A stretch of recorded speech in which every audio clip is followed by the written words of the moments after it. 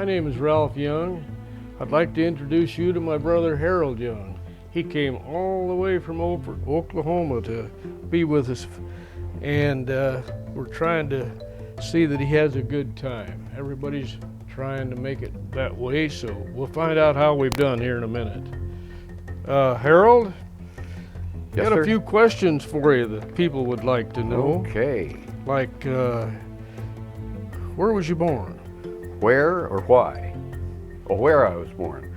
I was born in Spokane, Washington, Year? 1930. Grew up? Yep, grew up. So far, so good. And I now understand why my grandfather, mother, not father, grandmother, at age approximately where I am now, 86, said, I'm never going to have my picture taken again. Because it never turns out like you wish it would. Yeah. Okay. All right. What about what are some things we know about you, like your favorite color, and we'd like to know about your favorite food. Favorite food? Well, I like nearly everything, so it's not really a matter of my favorite, but how it's prepared and how it's presented has more to do with it than what it is, really. And as a child, when you had a pet, your pet was what? My pet was my dog, as I remember it. The first one we had was called Buster, who had kind of an interesting life. He was Grandma's dog. She probably bought it for us, you and me. Oh. You may or may not remember Buster. Oh. And then after that, the other favorite pet would have been Duke, which was our grandmother's dog. Duke, interestingly enough, was a female dog, but she called it Duke and thought he was a male forever. So she responded to Duke, huh? That's right, and that's before we had all the bathroom controversy and transvestites. Now, you went to North Central High School in Spokane. What year did you graduate? I graduated in 1948. And their mascot was? North Central Indians. And the school colors were red and black. I might mention that while we're on the subject. Did you participate in any activities or sports? I did All indeed. right. And I particularly enjoyed basketball, football, baseball, tennis, racquetball, Man, track and field. You were an all-around athlete. No, I was a spectator. Oh, spectator. Yeah. Oh. But you asked me which ones I enjoyed. Participated in. Participated in. Well, that's a participation of sorts. I clapped. Yep. Yeah. The first place I worked was? The first place I remember working was delivering the Spokesman Review in Spokane. I think I was 12. And I lasted at that job about 2 weeks. Did you find it necessary to go to work at that age, or that was your idea? If I wanted any money, it became necessary. Yeah. That was your only source of income. That was my source of income. Your grandmother wouldn't give you a penny. Nope. That went in the collection envelope at church. Or anybody else. That's right. That's right. Then, after you got done with that one, your next job was? My next job would have been, 12 till I was 16. Oh, I went to work delivering Western Union telegraphs on my 16th birthday. On a bicycle? On a bicycle. Where'd you have to deliver them at? All over the downtown area, and I lasted at that one day. I couldn't embarrass myself on that bicycle in front of that many people. Well. Now, this is the interesting part. My employment accomplishment, starting out right at the bottom. Okay. And working your way up to the level you got to. Well, I don't know where you want to begin. When you first went to Oklahoma. Oh, in Oklahoma. Yeah. Well, I started out at the bottom there by being a circulation district manager. Right off the bat? Right off the bat. Promotions. But I already had some experience in Spokane as a truck driver. Oh, so you got that job. I did get the job. And then you went to? I went from being a district manager in Northeast Oklahoma to being a supervisor in all of Western Oklahoma to being the office manager, the traffic manager. I had about half a dozen different jobs in there before I finally ended up as the education consultant for the Oklahoma. That was in 81. And how did you like that job? I liked it just fine. It included a company car, an expense account, and all kinds of perks. What all did that involve that you were? That involved setting up school teacher meetings, presenting information and material, conducting school teacher meetings. I also ended up running the spelling bee in Oklahoma for the national, the Scripps Howard spelling bee party. Oh. Yeah. So, and that's where you retired from of that job? That's exactly right. And how many years did it take to get there? It only took me 35 years to retire, but then I agreed to work 5 more years as a consultant. So I graduated at the end of 40 years. 40 years. Yep. Well, it looks like you did very well. What musical instruments do you play? What instruments do I play now? No, I should rephrase that. Okay. What musical instruments have you played? Oh, well, I have played a guitar. I play the piano for my own entertainment or amusement or frustration of anybody who's close enough to hear it. I also play the musette in the India Temple Oriental Band. Oh. Yeah. Well, that sounds interesting. Yeah. How often do you guys get together? We get together twice a month and practice, and we also do parades about 10 times a year. 10? Yep. That's almost one a month. Yep. Wow. And is that, you donate your time and your resources to that? I do, and I've been a Shriner now since 1981, which would be what, 36 years, 35 years. Oh. Yeah. Uh-huh. So I've made 35 different convention meetings. Uh-huh. Yeah. Well, now that you're getting up there in years a little bit, what about hobbies? Do you still have hobbies? Still have hobbies. I've never been much of a hobbyist, really, so I don't know that I really had a hobby that most people would consider a hobby. Oh. So you don't play golf or any of those? I have played golf, not well, but I have played. And I have played. But you don't play today? No. No. Could you tell me a fond memory about a sibling, a parent, or another relative? Yes. One that comes to my mind is your Uncle Clarence. That was an interesting guy. He was. He was an interesting guy, and we spent many interesting hours together. But the story that I want to tell you about my memories of relatives and doing something with is my brother Ralph, who's sitting right here talking to me today. What a coincidence. He came. I finally got him to come to Oklahoma, and we went down to San Antonio, spent a night or two down there. Yes, we went did. on over to Mexico. Yes, we did. And I dragged him through some Mexican restaurants that he didn't want to eat food in. But it was kind of fun, and I know I had a good time. I don't know whether he had a good time, but it was a different experience for him and for me too, for that matter. Did you ever invite him to go on any of your spelling bee excursions into Washington, D.C.? I did, and he went at least once, probably twice. I don't know what kind of time he had at those experiences, but it was fun to do. Oh. Yeah. Got him out of the house, too. No kidding. Yeah. Well, any other story you'd like to share with us today? Well, I might share with you when I got married in 1953, I think. I came back from Korea only to find that my brother's girlfriend had lined up a date for me with Doris Meyer, of all people, that I ended up marrying about 3 months later.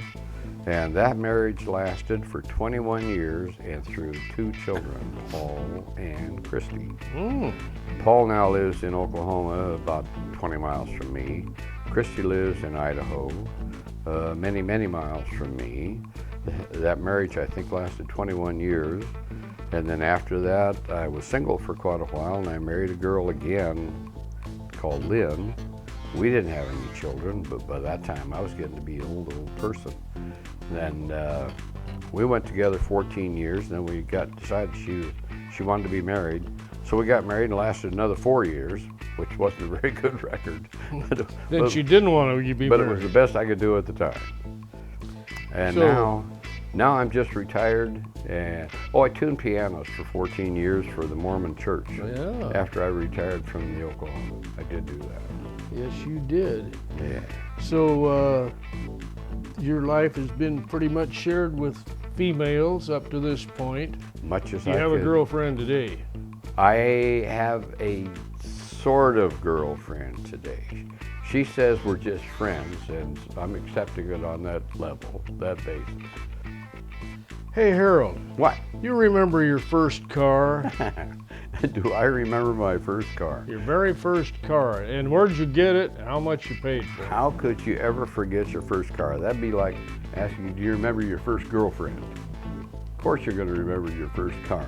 Your first kiss? The first car I got was a 1931 Chevrolet, and it was given to me by your dad because he liked me the best, and I didn't have a car. And it was I remember it was a two-door sedan. He'd rolled it over in a ditch and kind of bent it up pretty bad, but he decided he didn't want to drive it anymore, so he gave it to me, and I drove it for about 4 or 5 years maybe. I, of course, fixed it all up to where Hung curtains in it? it would attract the girls and the Yeah. little fancy velvet balls hanging around A the couple windshield. rolls of those balls in there. There you go. Yeah, there you go. Wow. And I drove that thing until it wouldn't run anymore. I don't remember what happened to it, but after that I owned several different cars, and I even gave one of them to you when I went overseas. Oh, yeah. that Yeah, one. a 1940 Chevrolet Coupe. That was one of my favorite cars too, and then you tore it up. Yeah, I didn't have it when you came back, that's for sure. No, you didn't. And I don't think we even had an explanation about what happened to it. It got rear-ended. Oh, and you did too.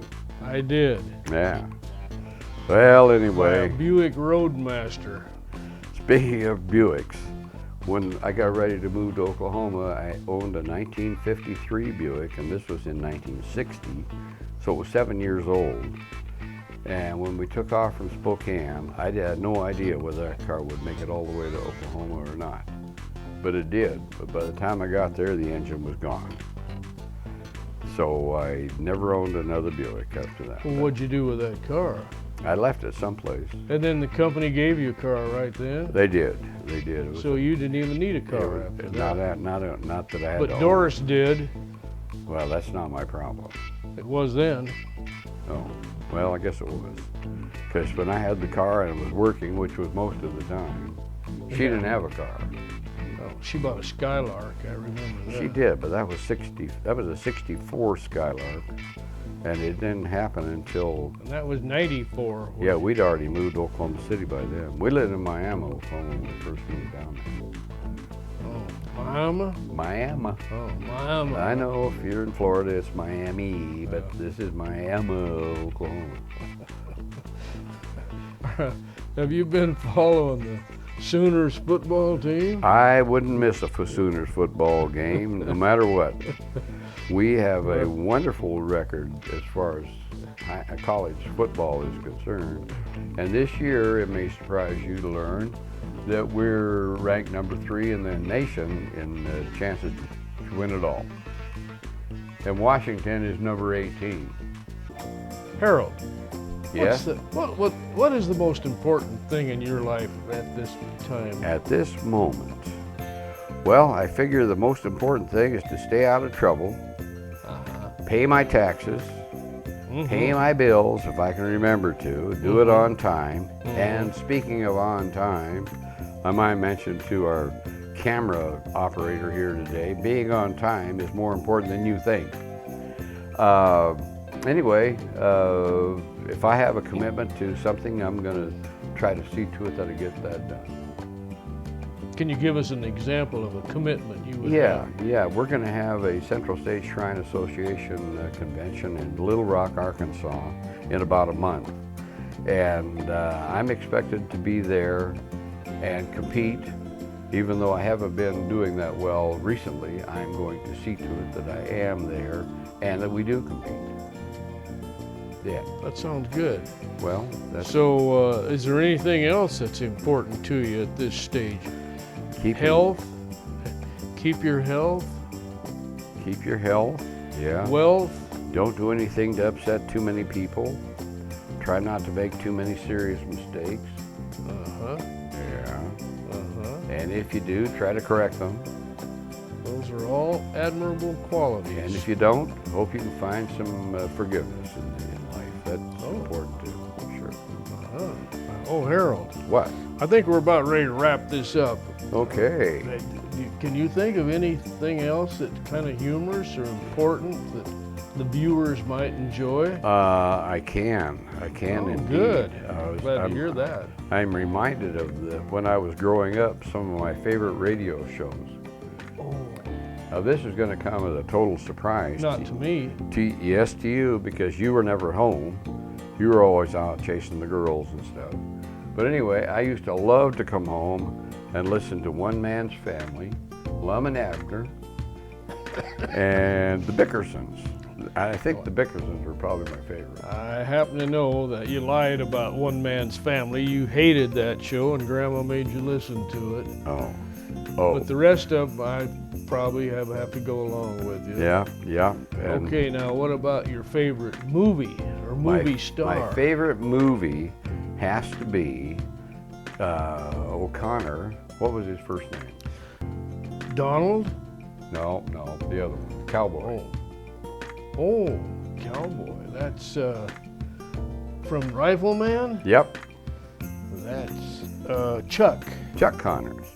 Yeah, and he made a movie several years ago now called Ride Beyond Vengeance, Oh, which was about a buffalo hunter who had been gone for several years on this expedition hunting. And when he came back, he found the wife that he had unceremoniously taken on at the refusal of her family to find out that she was interested in another man and planned to get married to him. oh, for crying out That was loud. an awful story. Oh, that would hurt. Yeah, it reminded me a lot of coming home from Korea. My coming home from Korea. Oh, wow. Here I was expecting to come home to Jeannie Fagan. Have a car waiting for you and girlfriend. And a girlfriend, yeah. And come to find out I had neither of those. Nothing. Yeah, nothing. But good old Donna came to the rescue again and introduced me to Doris, which kind of saved the day for the moment. I'm here to save your day. That's right. Well, must have been some good moments in that. Yeah, there were some wonderful moments in that. Your shirt tail's riding up, son. I know. Yeah. Well, Let's this not is getting to be a long interview. Let's That's not what's embarrass wrong. the audience any further and hang this up. Well, okay, if that's it, we'll just wrap it up right here. And I want to just thank you for participating in this. I have been looking so looking forward to this And- because I had a lot of exciting, interesting things to share I know you do. that people would not otherwise know about me. That's right. And where else would you look? Yeah, where else are you going to get this kind of humor? Darren wouldn't share it with Oh. you. If he knew Okay. anything, he wouldn't say anything. Well, then that's it. That's it. for me. Adios. Thank you for tuning in, folks.